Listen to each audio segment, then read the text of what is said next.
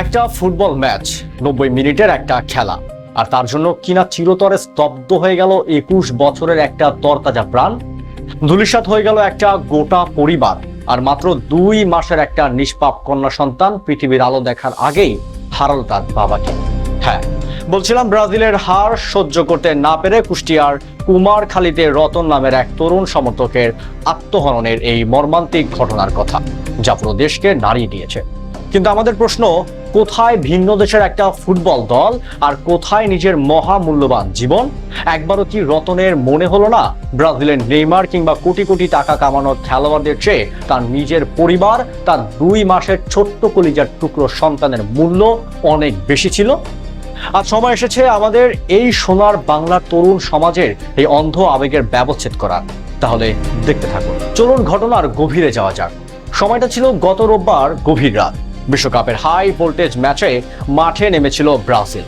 কুষ্টিয়ার কুমারখালী উপজেলার ঘোড়াইঘাট এলাকায় হোসেন মিস্ত্রির ছেলে রতন, যিনি পেশায় একজন কঠোর পরিশ্রমী রাজমিস্ত্রির সহকারী ছিলেন। তিনি ছিলেন ব্রাজিলের একজন অন্ধ ভক্ত। সারা রাত জেগে খেলা দেখার পর যখন প্রিয় দল হেরে মাঠ ছাড়ে, তখন তীব্র মানসিক কষ্ট নিয়ে নিজের ঘরে ঘুমাতে যান রতন। কিন্তু সোমবার সকালে আর সেই ঘরের দরজা খোলেনি। জানালা দিয়ে পরিবারের মানুষ দেখতে পায় এক বিভৎস দৃশ্য। ফ্যানের সাথে ঝুলছে রতনের নিথর দেহ।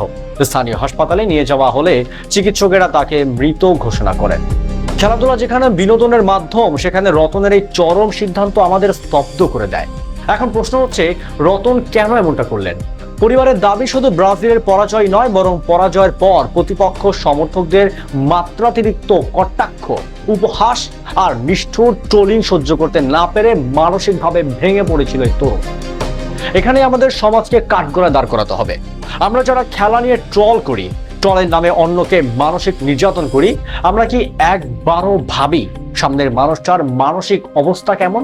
হ্যাঁ, প্রিয় দল হারলে আমাদের বুক ফেটে কান্না আসে, আমরা বালিশে মুখ লুকিয়ে কাঁদি।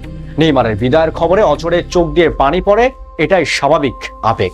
কিন্তু সে আবেগকে যখন প্রতিপক্ষের মানুষ নির্মম উপহাসের পাত্র বানায়, তখন অনেকেই তা সহ্য করতে পারেন না। তবে রতনের মৃত্যুর পেছনে শুধুমাত্র খেলাই একক কারণ ছিল কিনা তা নিয়ে স্থানীয় জনপ্রতিনিধিদের মধ্যেও সংশয় রয়েছে। কারণ একজন বিবাহিত পুরুষ যার ঘাড়ে সংসারের বোঝা, হয়তো তার ভেতর জমতে থাকা অন্য কোনো মানসিক চাপ বা সামাজিক অস্থিরতা এই ট্রলিং এর ধাক্কায় এক ভয়ঙ্কর বিস্ফোরণ ঘটিয়েছে। আমাদের দেশের মানুষ কেন খেলা নিয়ে এতটা আবেগী, কেন এতটা উন্মাদনা? লাতিন আমেরিকার একটা দেশ যাদের সাথে আমাদের ভৌগোলিক বা অর্থনৈতিক কোনো সম্পর্ক নেই, তাদের জন্য আমাদের যুব সমাজ কেন জীবন দিতেও প্রস্তুত থাকে? এর কারণ আমাদের বিনোদনের অভাব এবং সুস্থ মানসিক চর্চার অবক্ষয়। আমরা খেলাকে স্পোর্টিং স্পিরিট বা বিনোদন হিসাবে নিতে ভুলে গেছি। আমরা খেলাকে বানিয়ে ফেলেছি যুদ্ধক্ষেত্র।